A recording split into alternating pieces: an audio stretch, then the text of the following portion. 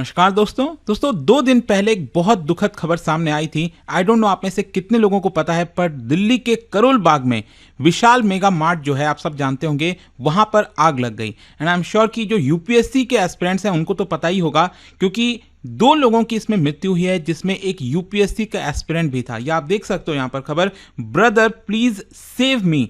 उसने मैसेज किया अपने भाई को, brother please save me, UPSC aspirant among 2 killed in blaze at Vishal mega Mart in Karol Bagh. तो देखिए दोस्तों, क्या है ना कि आग लग सकती है, कहीं पर भी हो सकता है, लेकिन प्रॉब्लम क्या है हमारे देश के अंदर कि जो सेफ्टी मेजर्स लेने चाहिए, जो बिल्डिंग कोड फॉलो करना चाहिए, और इसमें यहाँ पर जो बिजनेसेस हैं उनकी तो गलती है ही है, लेकिन साथ ही साथ हमारा जो पूरा सिस्टम है, जो अथॉरिटीज़ हैं, जिनकी जिम्मेदारी थी कि प्रॉपर चेक करें कि क्या सब कुछ फॉलो हो रहा है कि नहीं।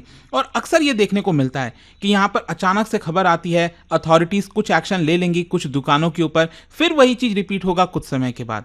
तो इस वीडियो के अंदर मेरी कोशिश रहेगी कि आपको इसके बारे में बताऊं कि यहाँ पर क्या क्या इश्यूज रहे हैं और ये जो पूरा इंसिडेंट है वो है क्या। सबसे पहले मैं आपको बता दूं, 4 जुलाई की शाम को लगभग 6:45 बजे के आसपास आप देख सकते हो करोल बाग में विशाल मेगा मार्ट है। मैं आपको थोड़ा सा मैप में भी दिखाता हूं, और आप में से जो यूपीएससी के एस्पिरेंट्स हैं उनको पता ही होगा, क्योंकि करोल बाग एक हब है आज के डेट में। अगर आप देखो यूपीएससी के जो इंस्टीट्यूट हैं, ऑफलाइन इंस्टीट्यूट्स, वो आपको यहाँ पर देखने को मिलेंगे। और आप पूरा देख सकते हो, ये करोल बाग मेट्रो स्टेशन है। इधर आप देखिए तो झंडे वाला मेट्रो स्टेशन है, और यहाँ पर हनुमान जी की मूर्ति जो है आपने देखा होगा, हनुमान मंदिर जो है करोल बाग का काफ़ी फेमस, यहाँ पर आपको देखने को मिलेगा। इधर पटेल नगर आ जाता है। इनफैक्ट पूरा का पूरा जो एरिया आप देख रहे हो ना, यहाँ पर यूपीएससी के एस्पिरेंट्स रहते हैं, पीजीज हैं, हॉस्टल्स हैं, और यहाँ पर स्पेशली ये वाला जो ओल्ड राजेंद्र नगर वाला ये इलाका हो गया, ये करोल बाग का ये पूरा इलाका हो गया। करोल बाग मार्केट आप जानती हैं ना, ये पूरा करोल बाग का मार्केट है, और इतना ज़्यादा कंजेस्टेड है। आई मीन आप जाके देखेंगे तो आपको समझ में आ जाएगा। तो यहाँ पर आप देख सकते हैं विशाल मेगा मार्ट का जो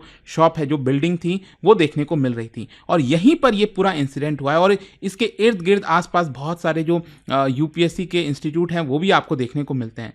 तो यहाँ पर बताया ये जा रहा है कि 4 जुलाई की शाम को लगभग 6:45 बजे के आसपास जो यूपीएससी एस्पिरेंट है कुमार धीरेन्द्र प्रताप सिंह, जिनकी उम्र 25 साल थी, वो उत्तर प्रदेश के सोनभद्र से बिलोंग करते थे, और उन्होंने बीएचयू से लॉ की ग्रेजुएशन किया था, और दिल्ली यूनिवर्सिटी में यहाँ पर उन्होंने जो पॉलिटिकल साइंस है उसमें पीजी पोस्ट ग्रेजुएशन किया था, और करोल बाग के पीजी में रह रहे थे। इनफैक्ट मैं आपको बताता हूँ, काफ़ी दुख हुआ। मतलब आप सोचिए, जस्ट एक दिन पहले, क्योंकि अभी प्रीलिम्स हुआ था पिछले महीने, आप सब जानते हैं, तो प्रीलिम्स के जस्ट बाद उन्होंने कुछ ब्रेक ले लिया था, और कल ही, मतलब कि ये जो पूरा इंसिडेंट हुआ उसके एक दिन पहले ही जो है वो आए थे दिल्ली वापस, और तभी ये पर्टिकुलर इंसिडेंट हो जाता है। और वो यूपीएससी सिविल सर्विसेज की एग्जाम्स की तैयारी कर रहे थे और आईएएस ऑफिसर बनना चाहते थे। खैर, ये जो पूरा इंसिडेंट है वो हुआ कैसे, मैं आपको बताता हूँ। बताया जा रहा है कि जो विशाल मेगा मार्ट है वहाँ पर आग लगना स्टार्ट कर दिया बिकॉज ऑफ शॉर्ट सर्किट। और ज़्यादातर केस में, दिल्ली में या फिर देश में ज़्यादातर केस में आप देखोगे जहाँ पर आग लगता है, इलेक्ट्रिकल फॉल्ट, शॉर्ट सर्किट, इन सब की वजह से देखने को मिलता है। तो वही चीज़ यहाँ पर भी अभी के लिए बताया जा रहा है। खैर, इसको लेकर जो डिटेल रिपोर्ट आएगी तो उसमें पता चलेगा एग्जैक्टली क्या क्या चीज़ें हैं। लेकिन वो जो आग है बहुत तेज़ी से फैलने लगा। 3 फ्लोर्स की बिल्डिंग थी, और वहाँ पर आग फैलने लग गई, और बहुत ज़्यादा जो स्मोक है मतलब आने लग गया। अगेन इस पिक्चर में आप देख पाओगे, यहाँ पर स्मोक काफ़ी फैल रहा था धीरे धीरे करके, और वेंटिलेशन ना होने की वजह से ये और ज़्यादा खतरनाक हो जाता है।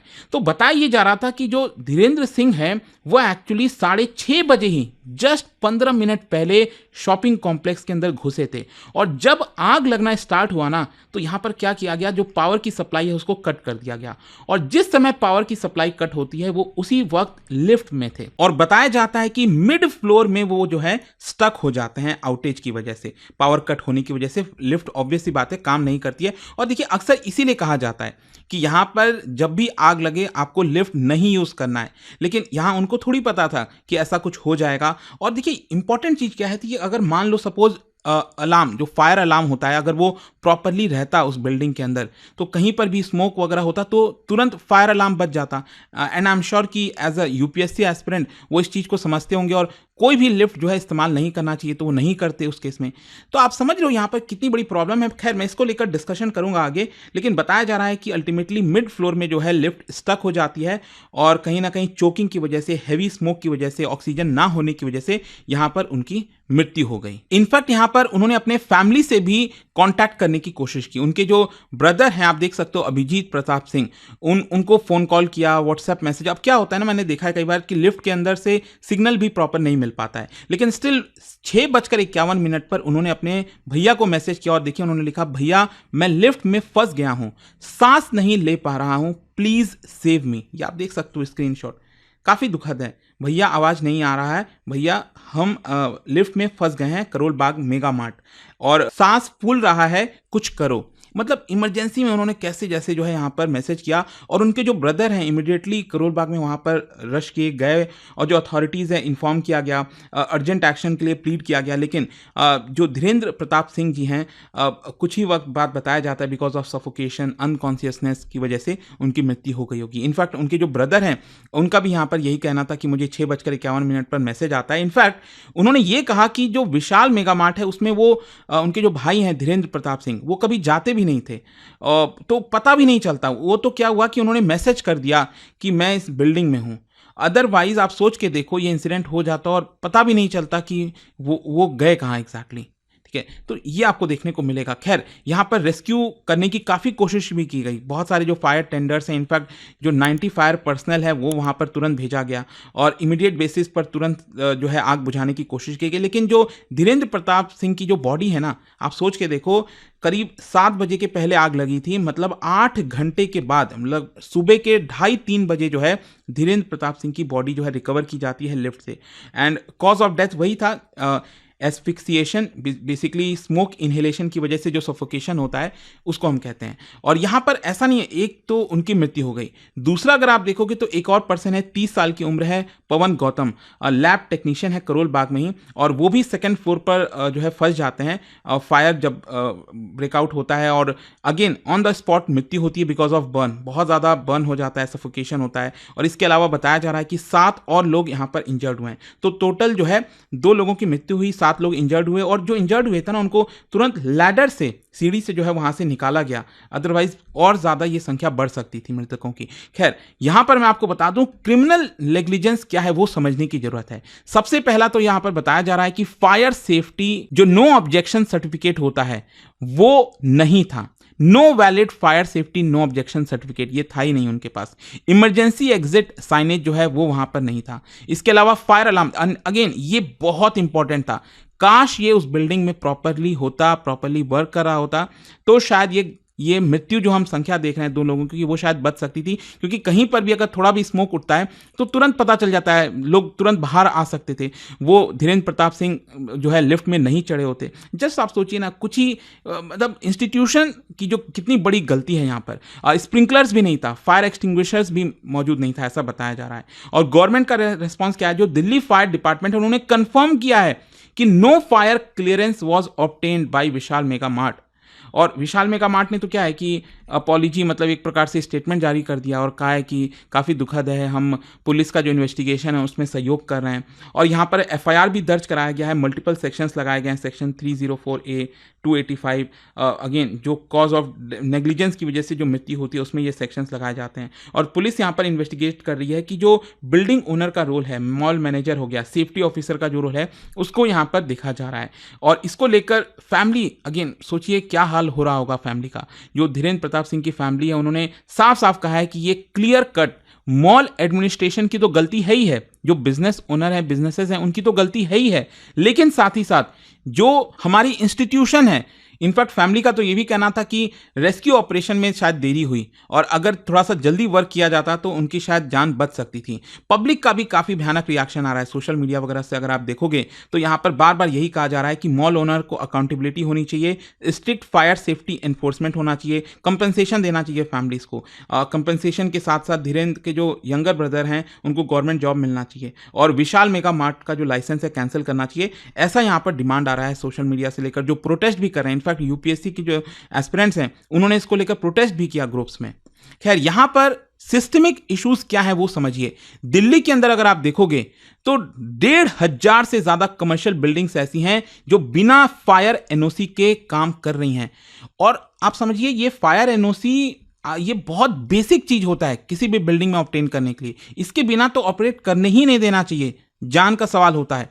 यहाँ पर जो फायर कोड है उसका एनफोर्समेंट बहुत वीक है, स्पेशली दिल्ली के अंदर। आप देखिए रूटीन फायर ऑडिट होना चाहिए समय समय पर, वो नहीं होता। मतलब आपने एक बार फायर सर्टिफिकेट ऑब्टेन भी कर लिया लेकिन आप उसको फॉलो ही नहीं कर रहे हो, 2-4 साल 5 साल बीतता जा रहा है, उसको रिन्यू भी नहीं किया जा रहा, तो उसका मतलब क्या है? तो इसके अलावा जो इमरजेंसी प्रिपेयर्डनेस है क्राउडेड पब्लिक स्पेसेस में, वो भी हमारे यहाँ पर देखने को नहीं मिलती है। आप सोचिए ना, अभी जो ऑपरेशन सिंदूर हो रहा था तो उसके जस्ट पहले आपको याद होगा सरकार ने क्या अनाउंस किया था कि ड्रिल करना है। क्या आपको याद है इसके पहले कभी ड्रिल कराया गया है? क्यों नहीं वो रेगुलर बेसिस पे इस तरह की चीजें फायर से रिलेटेड क्यों नहीं हम उसको कर सकते हैं? जब इमरजेंसी आता है, देश के ऊपर आपदा आती है, तभी इस तरह की चीजें क्यों की जाती हैं? यहां पर इसीलिए रेगुलेटरी सजेशंस दिए जा रहे हैं कि फायर ऑडिट चाहे मॉल हो, हॉस्पिटल्स हो, हॉस्टल्स हो, सभी जगह पीरियोडिक बेसिस पर होना चाहिए। हर 6 महीने में इमरजेंसी फायर ड्रिल कराना चाहिए। और आज के तो एआई का जमाना है। आप सोचो ना, एआई की मदद से क्या कुछ नहीं हो सकता है। शॉर्ट सर्किट, फायर अलार्म, इन सबको मॉनिटर किया जा सकता है। मतलब इन सब के माध्यम से अगर एआई बेस्ड चीजें होंगी तो वहां पर तुरंत और जल्दी पता लगाया जा सकेगा, लोगों को रेस्क्यू किया जा सकेगा। पब्लिक अवेयरनेस प्रोग्राम जो है वो हमें बढ़ाना चाहिए। तो आपको समझना है कि जो कुमार धीरेन्द्र प्रताप सिंह जी की मृत्यु हुई, ये कोई सिर्फ पर्सनल ट्रेजेडी नहीं है, ये देश का लॉस है।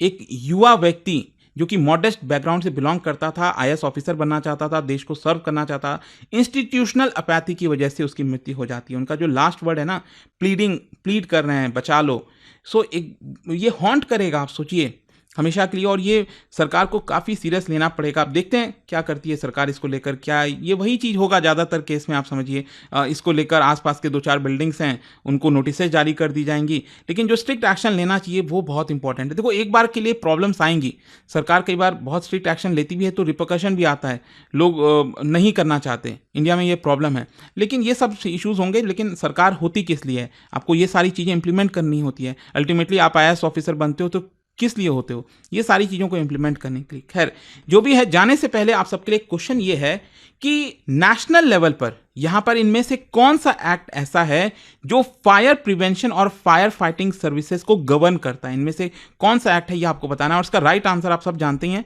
मेरे इंस्टाग्राम पर तो मिलेगा ही, वहां पर अगर आप नहीं हो कोई बात नहीं, टेलीग्राम से ले सकते हैं इसका सही उत्तर।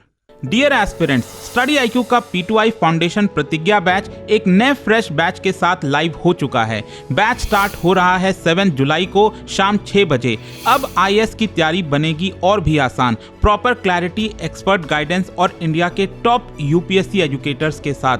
यह बैच उन सबके लिए है जो यूपीएससी 2026 लिखने वाले हैं और जिन्होंने अभी तक शुरुआत नहीं की है या अभी भी कंफ्यूज्ड हैं डायरेक्शंस को लेकर।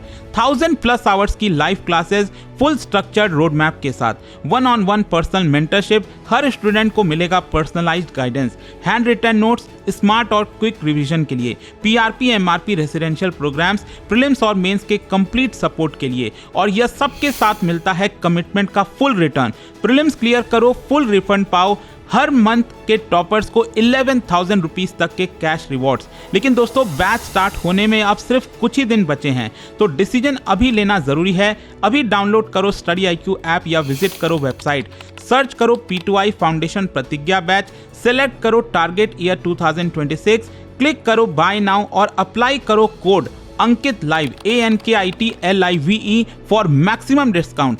अभी भी अगर आपको कोई डाउट है तो मेरी पर्सनल टीम को कांटेक्ट कर सकते हैं ऑन दिस नंबर 092400232293।